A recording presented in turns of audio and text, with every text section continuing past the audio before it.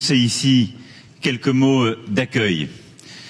Ces cérémonies du centenaire de l'armistice de 1918, l'histoire retiendra sans doute une image, celle de 84 chefs d'État et de gouvernement réunis, alors qu'hier ils représentaient des nations belligérantes, réunis sous l'Arc de Triomphe dans la paix. Mais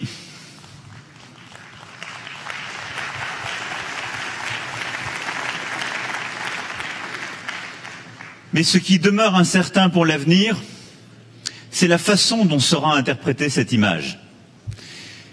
Sera-t-elle le symbole éclatant d'une paix durable entre les nations, ou au contraire la photographie d'un dernier moment d'unité, avant que le monde ne sombre dans un nouveau désordre? Et cela ne dépend que de nous. Le monde dans lequel nous vivons est fragilisé par des crises qui déstabilisent nos sociétés, la crise économique, écologique et climatique, le défi migratoire. Nous sommes fragilisés par la résurgence de menaces capables de frapper à tout moment, le terrorisme, la prolifération chimique ou nucléaire, la cybercriminalité. Et nous sommes fragilisés par les retours des passions tristes, le nationalisme, le racisme, l'antisémitisme, l'extrémisme, qui remettent en cause cet horizon que nos peuples attendent. C'est pourquoi nous avons voulu organiser ce forum de Paris sur la paix, qui a vocation à se reproduire chaque année, afin que nous tous et toutes, chefs d'État et de gouvernement, bien sûr, et je veux remercier toutes celles et ceux ici présents qui se sont mobilisés et qui sont là, mais également représentants des organisations internationales, organisations non gouvernementales, pouvoirs locaux, associations, entreprises, fondations, intellectuels, journalistes, activistes, comme vous l'avez dit, cher Trisha, toutes celles et ceux qui font aujourd'hui le monde et qui peuvent le changer. Ce forum de Paris sur la paix a pour vocation chaque année de réunir les uns et les autres pour promouvoir des actions concrètes, pour que ce travail de paix avance un peu plus chaque année. Et c'est aussi pour cela que je veux saluer ici la présence de la co-lauréate du prix Nobel de la paix 2018, Nadia Mourad, qui lancera dans quelques instants un projet très concret pour consolider la paix à travers sa fondation pour le Sinjar dans le nord de l'Irak. Merci à vous.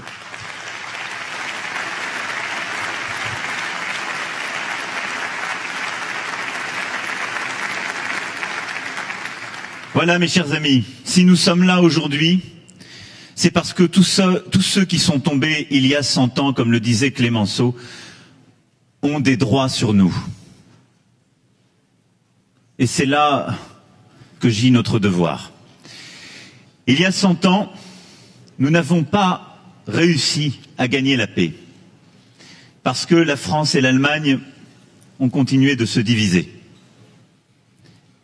Et d'humiliation en crise, en montée des totalitarismes, 20 ans plus tard, la guerre ressurgit. C'est pourquoi je tenais absolument à ce que ce premier forum de Paris sur la paix soit inauguré par Madame la chancelière Angela Merkel.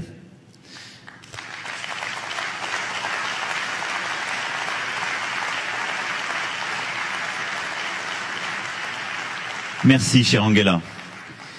Et il y a 100 ans, nos prédécesseurs ont tenté de construire durablement cette paix. Ils ont inventé la Société des Nations, la première forme de coopération internationale, mais elle s'est fracassée sur l'unilatéralisme de certains, sur les crises économiques, morales et les nationalismes. C'est pourquoi je souhaitais que le deuxième intervenant pour ouvrir ce forum de Paris sur la paix soit le secrétaire général des Nations Unies, Antonio Guterres. Merci, cher Antonio, d'être là.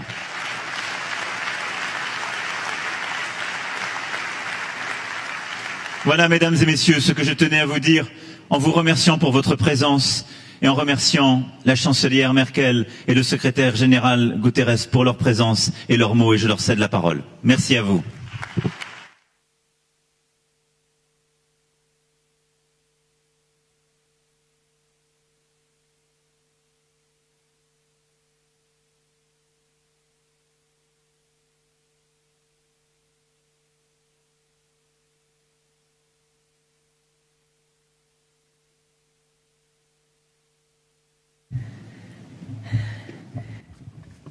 Sehr geehrte Damen und Herren Präsidenten, lieber Emmanuel Macron, sehr geehrte Damen und Herren Ministerpräsidenten, Exzellenzen, sehr geehrte Damen und Herren.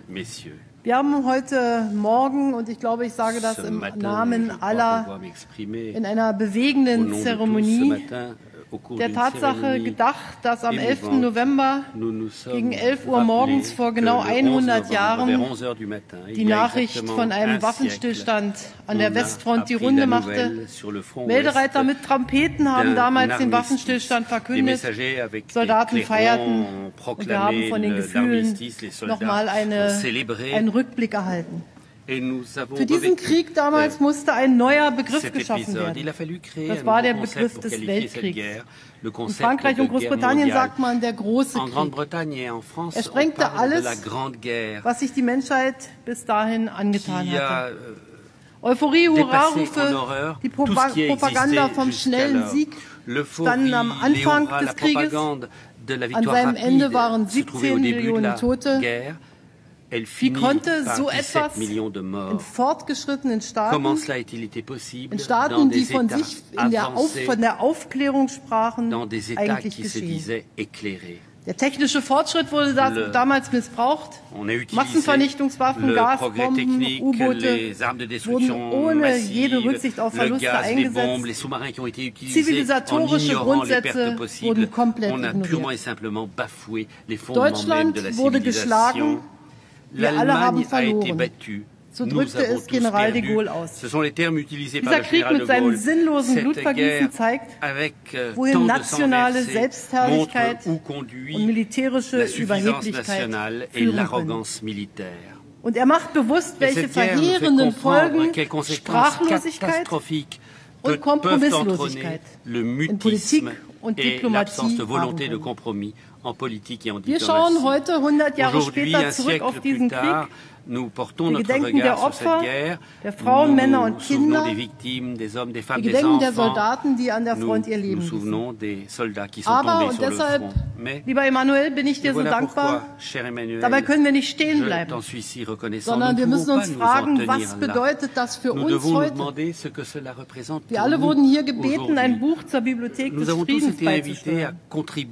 Ich habe Käthe Kollwitz' Buch Briefe an den Sohn ausgewählt. Eine große Künstlerin aus Deutschland schreibt über ihre beiden Söhne, über den einen Sohn, der in Belgien ganz früh in diesem Krieg gefallen ist, und ihr flehentliches Hoffen, dass der andere Sohn überleben möge, ein Sanitäter. Das Herz ist einem so entsetzlich schwer, schreibt sie. Warum bloß das Sterben dieser allerschönsten Jugend, das Lebenbleiben der Alten? Und dass ich heute hier stehe, als Bundeskanzlerin der Bundesrepublik Deutschland, das ist eine Ehre für mich. Ich danke Emmanuel Macron auch für das, was wir gestern erleben konnten. Denn bis vor kurzem stand in Compiègne, wo der Waffenstillstand geschlossen wurde, vor fast 100 Jahren, geschrieben und erinnert an die Arroganz der Deutschen. Und diese Zeilen wurden jetzt ersetzt durch die Freundschaft, durch die Partnerschaft von uns. Und das ist ein großartiges Zeichen. Aber das ist natürlich auch Verpflichtung. Denn es ist heute alles andere als selbstverständlich, insbesondere nach dem Leid, was die Deutschen dann in 2 Weltkriegen über ihre Nachbarn, über Europa und die Welt gebracht haben. Es ist eine großherzige Einladung unter Freunden, und den Frieden, den wir heute haben, den wir zum Teil schon als allzu selbstverständlich nehmen, der ist alles andere als selbstverständlich, und für den müssen wir arbeiten. Und deshalb möchte ich auch von meinen Sorgen sprechen, die sich für mich in unser heutiges Gedenken mischen. Die Sorge etwa, dass sich wieder ein nationales Scheuklappendenken ausbreitet. Dass wieder so gehandelt werden könnte, als könne man unsere wechselseitigen Abhängigkeiten, Beziehungen und Verflechtungen einfach ignorieren. Wir sehen doch, dass internationale Zusammenarbeit, friedlicher Interessenausgleich, ja selbst das europäische Friedensprojekt wieder in Frage gestellt werden. Wir sehen die Bereitschaft, Eigeninteressen schlimmstenfalls auch mit Gewalt durchzusetzen. Letztes Jahr wurden, Herr Generalsekretär der Vereinten Nationen, 222 gewaltsam ausgetragene Konflikte auf der Welt gezählt. 222. Laut dem UNHCR waren weltweit 68,5 Millionen Menschen auf der Flucht. Mehr als zum Beispiel Frankreich Einwohner hat. Und noch bedrückender werden diese Zahlen, wenn wir uns ansehen, wen die Konflikte am härtesten treffen. Mehr als eine Milliarde Kinder sind von aktuellen Konflikten betroffen. Kinder machen 52% der Flüchtlinge aus. Schätzungen zufolge werden bis zu 250.000 Mädchen und Jungen als Kindersoldaten missbraucht. Und angesichts dessen, was wir erlebt haben und angesichts der Tatsache, dass wir eigentlich denken, dass wir daraus Lehren gezogen haben, muss uns das fassungslos machen. Genauso wie die Bilder aus Syrien, aus dem Jemen. Aber sie dürfen uns nicht fassungslos und nicht sprachlos machen. Und vor allem, sie dürfen uns nicht tatenlos machen. Auch das ist doch eine Lehre aus der Geschichte. Wir dürfen uns einfach mit den bewaffneten Konflikten nicht abfinden, egal wie nah oder fern von Europa sie ausgetragen werden. Kein Staat, keine Religion, keine Bevölkerungsgruppe und kein einzelner Mensch darf von uns abgeschrieben werden. Und das heißt, wir müssen für eine politische Lösung in Syrien arbeiten. Verschiedene Gruppen tun dies. Aber sie haben den Weg zueinander noch nicht gefunden. Wir haben uns neulich mit dem russischen Präsidenten, dem türkischen Präsidenten, Emmanuel Macron und ich in Istanbul getroffen, um die verschiedenen Aktivitäten zusammenzubringen. Ich möchte Herrn de Mistura danken, den Vereinten Nationen, für alles, was unternommen wird. Aber es bleibt noch ein steiniger Weg. Aber wir dürfen das Ziel nicht aufgeben. Und während wir hier miteinander arbeiten und gedenken, müssen wir wissen, dass sich im Jemen wahrscheinlich die größte humanitäre Katastrophe abspielt, die im Augenblick auf der Welt stattfindet. Und nur die Tatsache, dass wir wenig Bilder sehen, hält uns davon ab, erschrocken zu sein. Aber die Abwesenheit von Bildern darf nicht zur Tatenlosigkeit führen. Und deshalb hat am Rande, und ich bin dafür sehr dankbar, in vielen Gesprächen hier das Thema Jemen eine Rolle gespielt. Und ich glaube, die Welt muss handeln, um hier zu einem Waffenstillstand und humanitärer Versorgung zu kommen. Liebe Freunde, mangelnde Bereitschaft und mangelnde Fähigkeit zum Dialog. Genau daraus hat sich das Misstrauen und die Kriegslogik genährt, die 1914 eine ungeheure Gewaltmaschinerie in Gang gesetzt hat. Die Sprachlosigkeit. Es gibt ein Buch über den Ersten Weltkrieg, das spricht von den Schlafwandlern. Das war im Wesentlichen der Grund des kollektiven Versagens, das in die Krise und Katastrophe führte.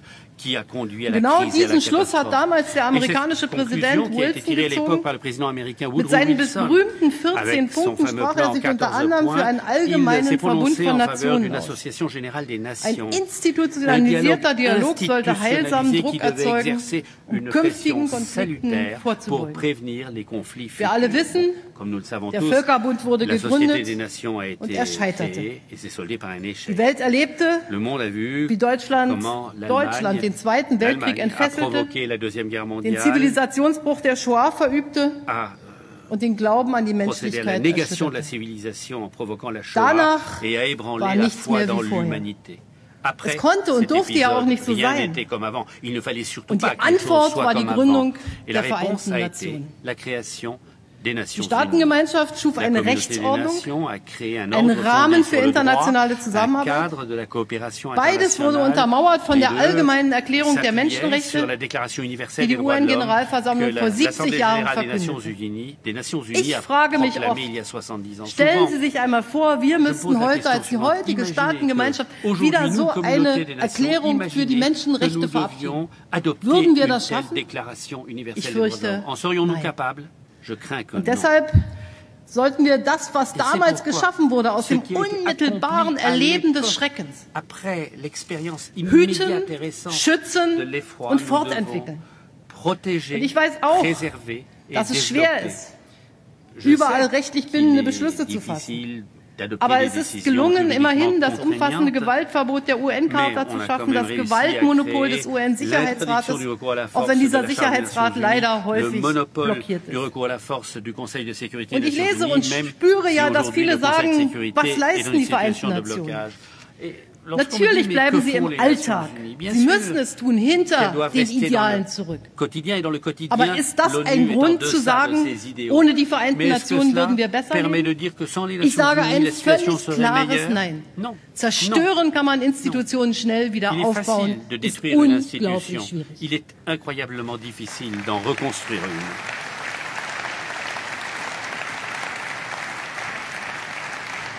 Und wir alle wissen doch, was uns heute herausfordert, was uns gefährdet, das können wir in den allermeisten Fällen eben nicht national, sondern nur noch gemeinsam lösen. Und deshalb müssen wir uns zu dieser Gemeinsamkeit bekennen. Und daher verdienen Sie, sehr geehrter Herr Generalsekretär, lieber Antonio Guterres, jede Unterstützung für das, was Sie im täglichen Alltag tun, genauso wie für die Reform der Vereinten Nationen. Wir müssen den Präventionsgedanken nach vorne stellen. Wir müssen verhindern, dass Konflikte entstehen. Und dafür ist die Agenda 2030 mit den 17 globalen Nachhaltigkeitszielen ein guter Wegweiser. Und wir wissen, dass wir Armut und Hunger bekämpfen müssen, wenn wir Frieden wollen. Wir wissen, dass wir Zugang zu Bildung schaffen müssen, dass wir die Natur schützen müssen und dass wir wirtschaftliche und soziale Gerechtigkeit stärken. Wir wissen in Deutschland um diese Herausforderung und freuen uns 2 Jahre lang als nichtständiges Mitglied des UN-Sicherheitsrates an dieser Agenda mitarbeiten zu können. Der Erste Weltkrieg hat uns gezeigt, in welches Verderben Isolationismus führen kann. Und wenn Abschottung vor 100 Jahren schon keine Lösung war, wie könnte sie das heute sein? In einer vielfach vernetzten Welt mit 5-mal so vielen Menschen auf der Welt wie damals. Deshalb haben wir für unsere G20-Präsidentschaft im vergangenen Jahr das Motto genommen, eine vernetzte Welt gestalten. Und wir werden auch eng mit der französischen G7-Präsidentschaft zusammenarbeiten, um diesen Gedanken auch voranzubringen. Eine enge internationale Arbeit auf der Grundlage gemeinsamer Werte, wie sie uns die UN-Charta vorgibt. Das ist die einzige Möglichkeit, die Schrecken der Vergangenheit zu überwinden und eine vernünftige Zukunft gestalten. Und meine Damen und Herren, liebe Freunde, wir Deutschen haben erlebt, nach den Schrecken, die wir mit dem Zweiten Weltkrieg vor allen Dingen angerichtet haben, dass uns die Hand zur Versöhnung gereicht wurde, dass man der jungen Bundesrepublik damals viel Vertrauen entgegenbrachte. Und so wurde der Weg von uns in die Weltgemeinschaft überhaupt nur möglich. Und ein Kern davon war die deutsch-französische Freundschaft. Das haben wir vorausschauenden, mutigen Frauen und Männern zu verdanken, wie Robert Schuman, Jean Monnet, Konrad Adenauer. Sie haben den Weg geebnet, alte Rivalitäten hinter sich zu lassen und auf einen friedlichen Ausgleich und Zusammenarbeit zu setzen. Es erfordert Mut, zu den eigenen Menschen zu gehen, wenn man politische Verantwortung trägt und zu sagen, ich muss einen Kompromiss machen. Aber Kompromisslosigkeit ist der sichere Weg in einen großen Unfrieden.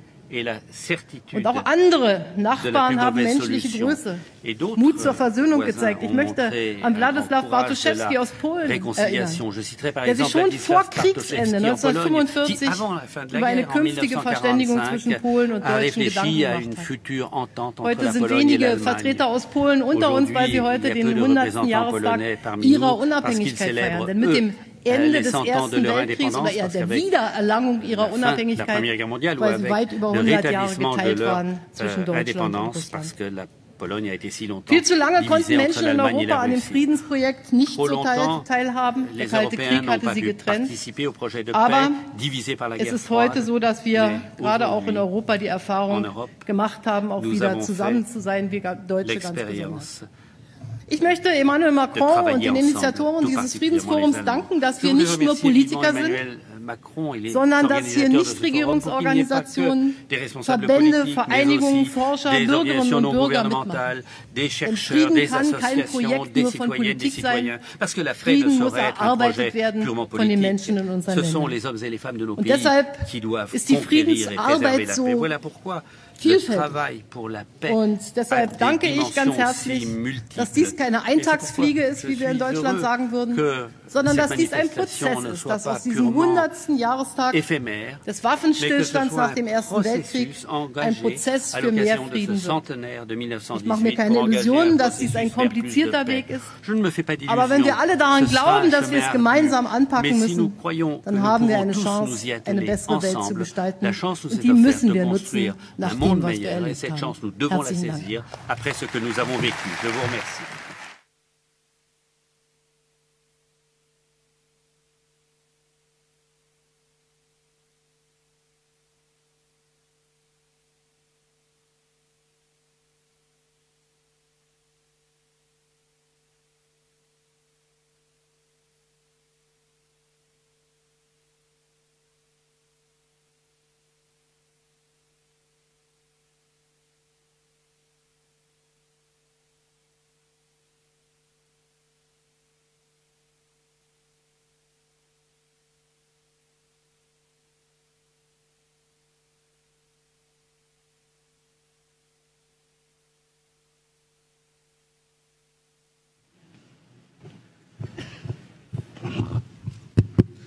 Mesdames, Messieurs les chefs d'État et de gouvernement, Mesdames et Messieurs, il y a 10 ans, en 2008, mourait à l'âge de 110 ans le dernier combattant français connu de la Grande Guerre, M.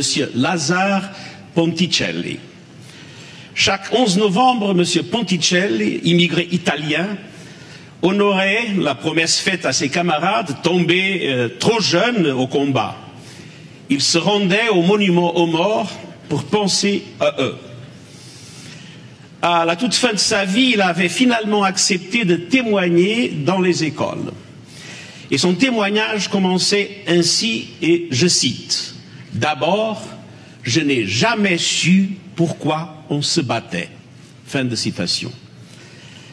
Mesdames et messieurs, ce pourquoi a recouvert avec le temps l'élan patriotique et le sacrifice des morts.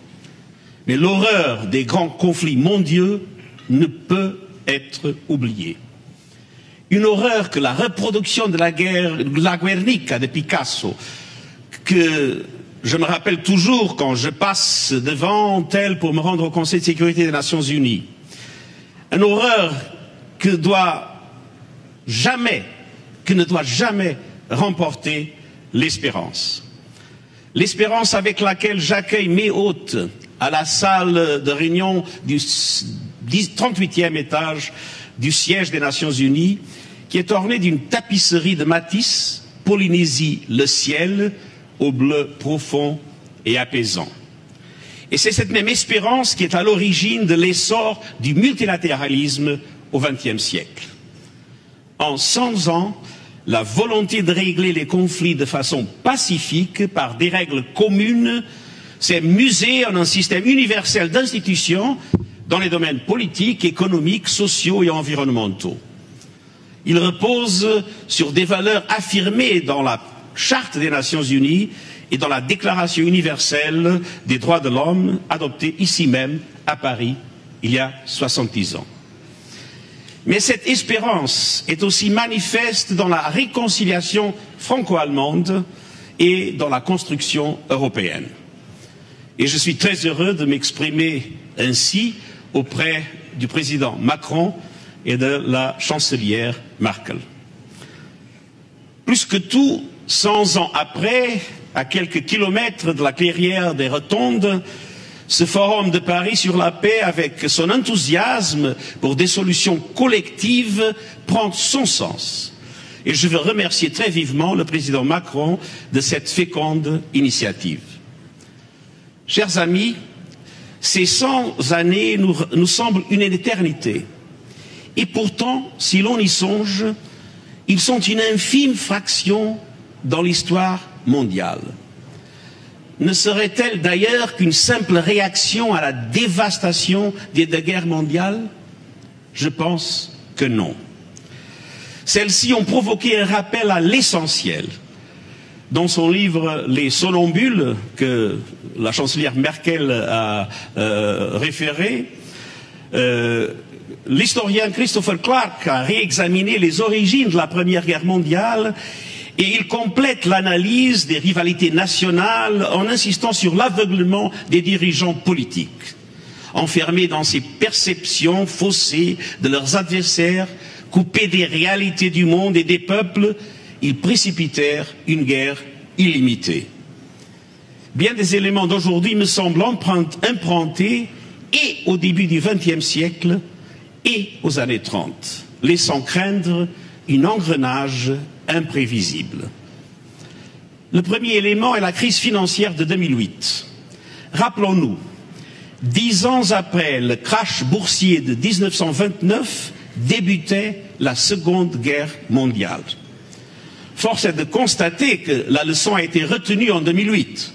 Une grande dépression a été évitée par un arsenal budgétaire et monétaire sans précédent pour soutenir la demande et sauver le système financier. Et pourtant, malgré le retour à la croissance de l'économie mondiale, la facture a été réglée dans les votes de l'année 2016 des deux côtés de l'Atlantique, et plus largement en Europe et dans le monde. La revanche du politique sur la rationalité macroéconomique qui traduit la déstabilisation des classes moyennes, le blocage de la mobilité sociale par la stagnation des salaires, les inégalités croissantes et une indignation des peuples face à la trahison des élites. D'ailleurs, le mot historique, trahison des clercs, qui a été aujourd'hui prononcé par le président Macron dans le discours de notre cérémonie officielle. Deuxième élément, les années 30 virent des démocraties emportées par une vague totalitaire. On n'est pas dans la même situation aujourd'hui, mais on constate une polarisation de la vie politique et de la société elle-même, qui érode dangereusement les droits et libertés fondamentales, les principes démocratiques et l'état de droit. Les systèmes politiques et les constitutions sont mis à l'épreuve des préjugés identitaires, du terrorisme et de la corruption de l'information. Reposant sur les multiples fils du vivre ensemble et de la culture, ils sont fracturés par le vivre en parallèle et la fusion des passions ethniques, religieuses et nationales. Ces passions aigres ont nourri les replis nationalistes et l'antisémitisme dans les années 30. Ne le perdons jamais de vue, surtout aujourd'hui. Mesdames et messieurs, l'affaiblissement de l'esprit de compromis propre aux démocraties et l'indifférence à l'égard des règles collectives sont le poison du multilatéralisme. Et j'en vois malheureusement des signes réels. Le premier est la division du Conseil de sécurité, notamment sur le conflit syrien, qui signe le retour des systèmes d'alliance au Moyen-Orient et surtout le sacrifice de la population syrienne. Le deuxième est une dynamique de confrontation commerciale, dynamique qui montre le retour du bilatéralisme contre le multilatéralisme commercial incarné par l'Organisation mondiale du commerce et son organe de règlement des différences. Souvenons-nous là encore des années 30 et de leur cortège de dévaluation compétitive qui provoquèrent l'effondrement des 3/4 des échanges et des paiements mondiaux en une décennie. La troisième est la crise de confiance traversée par l'Union européenne. Et bien qu'aujourd'hui je sois secrétaire général des Nations Unies, je n'oublie pas mes origines européennes. La construction européenne ne saurait perdre l'adhésion des populations européennes. C'est une hypothèse qu'il est urgent et possible de lever. Too meaningful to fail, serais-je tenté de dire à mes anciens collègues européens. Chers amis, je ne suis pas fataliste. Je me dois en conséquence d'essayer de prouver pourquoi le multilatéralisme n'est plus seulement une espérance, mais plus que jamais une nécessité.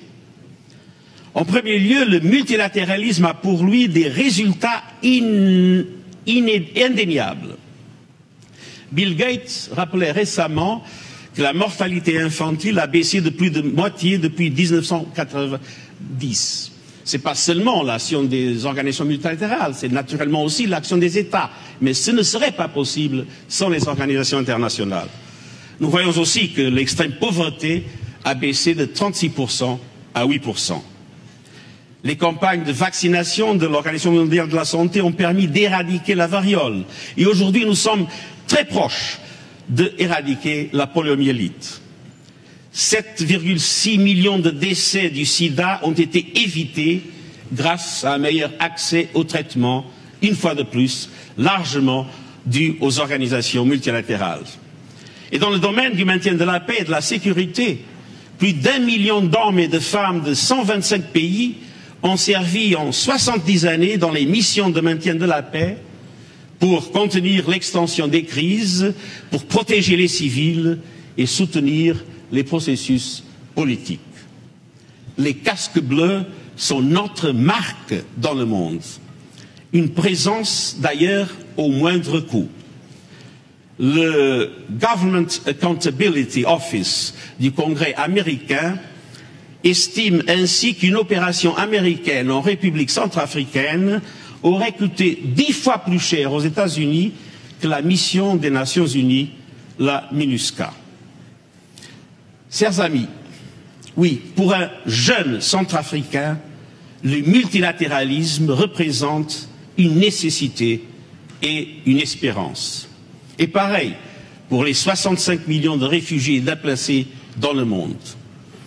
Mais 10 années comme haut commissaire des Nations Unies pour les réfugiés m'ont convaincu que les preuves de déracinement ne pouvaient être évitées que pour la prévention des conflits et pour une meilleure intégration des actions de développement et de protection des droits de l'homme dans nos efforts en faveur de la paix. Mesdames et messieurs, chers amis, le cadre multilatéral s'avère également indispensable pour régler les crises de prolifération nucléaire. C'est bien l'unité du Conseil de sécurité dans les cas iraniens et nord-coréens qui ont ouvert la possibilité d'une solution négociée tant en 2015 qu'en 2018. A contrario, une intervention unilatérale ou d'un groupe d'États n'est pas en soi un gage d'efficacité et d'économie. Et l'intervention en Irak fournit bien une preuve par la négative en faveur du multilatéralisme. Il faut aussi reconnaître combien les conventions internationales ont facilité les interdépendances entre les peuples. Nous n'y pensons plus, mais n'oublions pas l'existence d'un droit de la mer codifié dans la Convention de Montego Bay, ou de l'existence d'une organisation internationale de l'aviation civile, sans laquelle probablement le transport aérien ne serait pas possible. L'histoire ne joue pas ici au dé, puisque le père de notre droit international, le Hollandais Grotius, a le premier formulé au XVIe siècle le principe de la liberté des mers. D'ailleurs, à ce moment-là, contre l'Espagne et le Portugal. Principe qui était le corollaire de la liberté du commerce, reconnue bien avant l'existence de l'OMC. Mesdames et messieurs, les Nations Unies demeurent aujourd'hui le centre où s'harmonisent les efforts vers la paix et le développement durable. Lors du récent débat de l'Assemblée générale en septembre dernier à New York, 126 chefs d'État et de gouvernement m'ont fait l'honneur de leur présence au siège.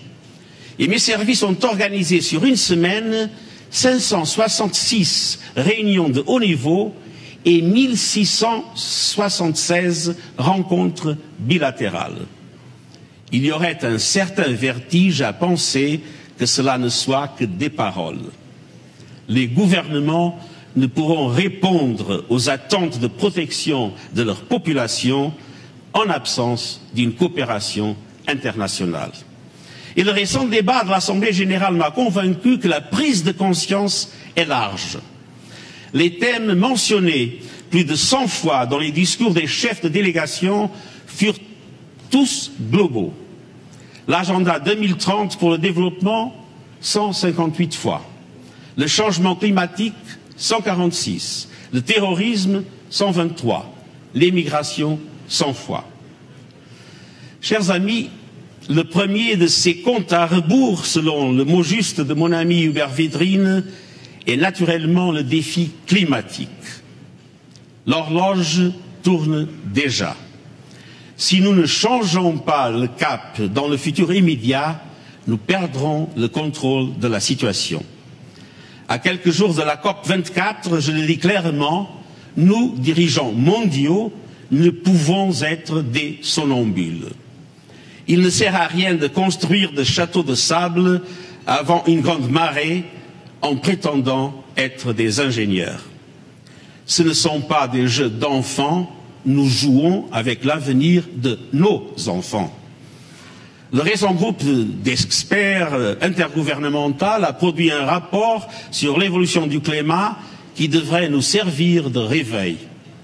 Les réalités sur le terrain dépassent aujourd'hui les prévisions les plus pessimistes. Le changement climatique va malheureusement bien plus vite que nous-mêmes. Les désastres naturels deviennent plus fréquents, plus intenses, plus destructeurs. La banquise de l'Arctique rétrécit, la désertification progresse et les coraux blanchissent. Chers amis, le deuxième défi est celui de la démographie et des migrations. Il a fallu du Big Bang jusqu'à 1820 pour atteindre le milliard d'habitants sur la Terre. Aujourd'hui, nous approchons les 8 milliards d'habitants et la moitié de la croissance de la population mondiale sera en Afrique. Dans un contexte de réchauffement climatique, d'inégalité et de conflits, les migrations resteront un phénomène durable et il faut retrouver la raison dans ce débat sur les migrations. Sans coopération internationale, et si nous nous replions derrière nos frontières nationales, nous sacrifions nos valeurs collectives et nous perpétuerons la tragédie des migrants exploités par les pires des trafiquants. Notre troisième défi est technologique. Après l'invention de l'imprimerie, les révolutions numériques font du virtuel un nouveau territoire. Il nous est donné de connaître l'une des révolutions qui accouche d'un monde nouveau. La transformation digitale bouleverse nos économies et sociétés. Bientôt, l'intelligence artificielle redéfinira le marché de l'emploi et la nature du travail lui-même. Immense opportunité. L'Internet sert, hélas aussi, à manipuler l'information. La cybercriminalité se répand. Les groupes terroristes y développent les discours de haine et y recrutent des jeunes en rupture. Et le principal risque aujourd'hui est l'écart entre les innovations et notre cadre juridique dont les concepts de base échappent à la dématérialisation. Mesdames et messieurs, chers amis, la combinaison de ces trois défis survient à un moment de grande anxiété et de désordre géopolitique qui accroît les risques de confrontation. Car le temps d'une hyperpuissance en capacité de réassurer l'économie mondiale ou de garantir la sécurité internationale est révolu. Notre monde semble chaotique pour le moment, mais il évolue vers une multipolarité multidimensionnelle. Mais il serait faux de considérer que cette multipolarité en elle-même est la solution.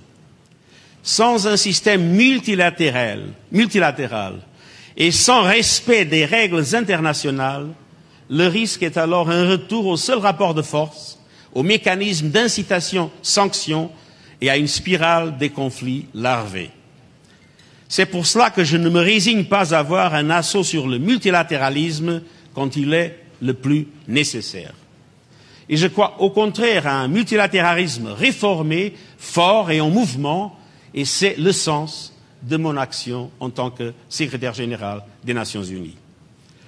Je ne peux ici détailler d'ailleurs l'ensemble des réformes que mes collègues dans les autres organisations internationales et moi-même entreprenons dans cette direction. Mais permettez-moi d'adresser au personnel de nos organisations ma reconnaissance. Ils travaillent dans les lieux où personne d'autre ne vont, sur les missions les plus dangereuses. Chers amis, je crois profondément que ce multilatéralisme ne peut être fort que de ses États. Seuls des États solides ont l'énergie de s'engager, puis d'expliquer aux citoyens la règle qu'ils ont acceptée de s'imposer avec les autres États. J'en sais moi-même la difficulté comme ancien Premier ministre. Une règle multilatérale est un compromis qui est plus difficile à réformer qu'une loi nationale. Et souvent, les peuples voient ce qu'elle impose, non ce qu'elle préserve. Il est donc essentiel que les États renouvellent leur pacte citoyen. Il faut reconnaître avec Jürgen Habermas qu'une démocratie moderne respire grâce à un flux continu de communication entre société civile et autorités politiques. Un flux qui doit participer directement à la formation des décisions politiques. Ayant grandi sous une dictature, je le sais d'expérience. Et ce principe devient aussi de plus en plus valable au niveau global.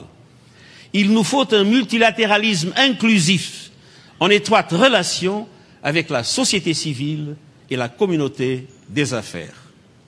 Le renouvellement du pacte citoyen ne peut en outre faire l'impasse sur la question centrale des inégalités. Et je félicite le président Macron d'en avoir fait la priorité de la présidence française du G7 en 2019. La lutte contre les inégalités dans le monde, la lutte pour l'éradication de la pauvreté doit constituer la boussole de l'action des organisations multilatérales. Elle est au cœur de l'agenda 2030 et des Nations Unies et de ses objectifs du développement durable. Et dans ce contexte, ma mission est simple. Faire des Nations Unies une organisation le plus efficace pour mieux servir les populations pour qui nous sommes une nécessité et une espérance. Et par conséquent, la réforme du secrétariat des Nations Unies a été une priorité dès mon arrivée et notre organisation doit devenir exemplaire. En particulier, elle doit être respectueuse de la diversité géographique et de l'égalité hommes-femmes. Je suis convaincu que les femmes ont en main une clé essentielle de notre développement et de la paix. Et c'est pour cela que nous avons atteint la parité dans le management supérieur de l'organisation un an après mon entrée en fonction. Je poursuivrai dans ce sens la modernisation sans relâche des Nations Unies et je vous demande de m'accorder votre confiance et votre appui. Chers amis, la prévention et la résolution des conflits restent en tête de nos préoccupations dans le respect du droit international humanitaire et des droits de l'homme. Nous ne devrons jamais nous résigner à la souffrance des victimes de violences et d'actes terroristes, soit en Syrie, au Yémen, au Mali ou au Myanmar. Nos organisations doivent agir en réseau pour cela, un multilatéralisme en réseau. Et c'est le sens de notre partenariat privilégié avec l'Union africaine et l'Union européenne ou avec la Banque mondiale et le Fonds monétaire international. À cette heure, les casques bleus de la MONUSCO, l'Organisation mondiale de la santé, l'UNICEF, appuyés par la Banque mondiale, avec des ONG comme Médecins sans frontières, agissent main dans la main avec le gouvernement congolais pour éviter la contagion d'Ebola dans l'est de la République démocratique du Congo. Il n'y a plus de solution sans une effective réponse multilatérale aux défis de notre temps. Et sur les 3 défis existentiels que j'ai mentionnés, nous aurons dans les prochains mois des échéances clés. Premièrement, il y a 3 ans, ici à Paris, les États avaient montré qu'un accord international est encore possible sur un des sujets les plus complexes, le changement climatique. Ce train ne repassera pas. Cet accord est notre horizon indispensable et la COP 24 en Pologne constitue une étape clé dans la mise en œuvre de l'accord de Paris. Je vais organiser un sommet du climat en 2019 pour susciter des contributions nationales plus ambitieuses à la réduction des émissions de carbone et, in fine, limiter le réchauffement climatique à 1,5 degré. Mais aussi pour remplir la promesse faite de mobiliser les 100 milliards de dollars par an en faveur des pays en développement. Au-delà, n'oublions pas que les océans occupent 73% de la surface de la Terre et absorbent le tiers des émissions de carbone générées par les activités humaines. Je demande aux États membres de se montrer ambitieux dans la négociation d'un instrument normatif de préservation de la biodiversité en haute mer. Et à terme, et c'est une grande préoccupation du président Macron, la codification des grands principes du droit de l'environnement apporterait prévisibilité et clarté. Deuxièmement, les mouvements migratoires. Je me rendrai à Marrakech en décembre pour l'adoption du pacte global sur l'immigration. Ce sera le premier cadre international sur cette question, sans être juridiquement contraignant. Mais il fournira une vision commune susceptible de contrer les préjugés infamants contre les migrants, tout en constituant une base de coopération internationale pour une migration sûre, ordonnée et régulière. L'exemple récent des lignes directrices sur le déplacement interne montre l'intérêt des textes de soft law. Sans être contraignantes, elles sont devenues utiles aux gouvernements dans leur politique de protection et d'intégration et dans leur coopération internationale. Et dans le même temps, je réitère mon appel à préserver l'intégrité du régime international de protection des réfugiés. Il reste pour moi, comme le droit international humanitaire, un étalon de mesure de notre humanité. Troisièmement, la révolution technologique. Je pense sincèrement que les évolutions technologiques sont un allié de taille dans la mise en œuvre de notre agenda 2030 pour le développement. Nous aurons demain un forum de gouvernance d'Internet à l'UNESCO sur l'Internet de la confiance. Et le symbole me frappe. La confiance dans les potentialités de la révolution numérique doit favoriser l'éducation et l'appétit de culture, non la haine et l'exclusion. À l'ère des données, nous devons trouver un équilibre entre innovation et régulation. Et ce travail est clairement devant nous. Je crois que certains domaines ne sauraient s'affranchir des règles de base du droit international. Mon agenda pour le désarmement souligne l'urgence et la nécessité de porter attention aux usages militaires des nouvelles technologies. Imaginez les conséquences d'un système autonome capable de repérer et d'attaquer de lui-même des êtres humains. Et j'invite les États à interdire ces armes qui sont politiquement inacceptables et moralement révoltantes. Mais au vu du rythme des innovations, nous devons aussi nous autoriser des formes allégées de régulation dans d'autres domaines du monde digital. Ce qu'elles perdent alors en force contraignante doit être compensé par un suivi rigoureux des engagements ainsi pris. J'ai créé récemment un panel de haut niveau sur la coopération digitale comme catalyseur de ce processus. Et je souhaite que les Nations Unies soient une plateforme où les gouvernements, les entreprises, la société civile et les chercheurs puissent se mettre d'accord sur des codes de bonne conduite, des lignes directrices et des engagements volontaires. Au final, il s'agit que la révolution digitale devienne une force positive au service du progrès. Chers amis, le multilatéralisme qui fait partie de notre quotidien risque de devenir périssable quand il est le plus nécessaire. Il fut un legs inestimable, un sursaut par lequel la dévastation se fit adhésion à une humanité commune. Votre présence pour défendre un multilatéralisme en action est une marque de confiance. Sachez qu'elle me rend aussi confiant dans cet avenir et plus encore déterminé. Je vous remercie de votre attention et de votre engagement. Merci.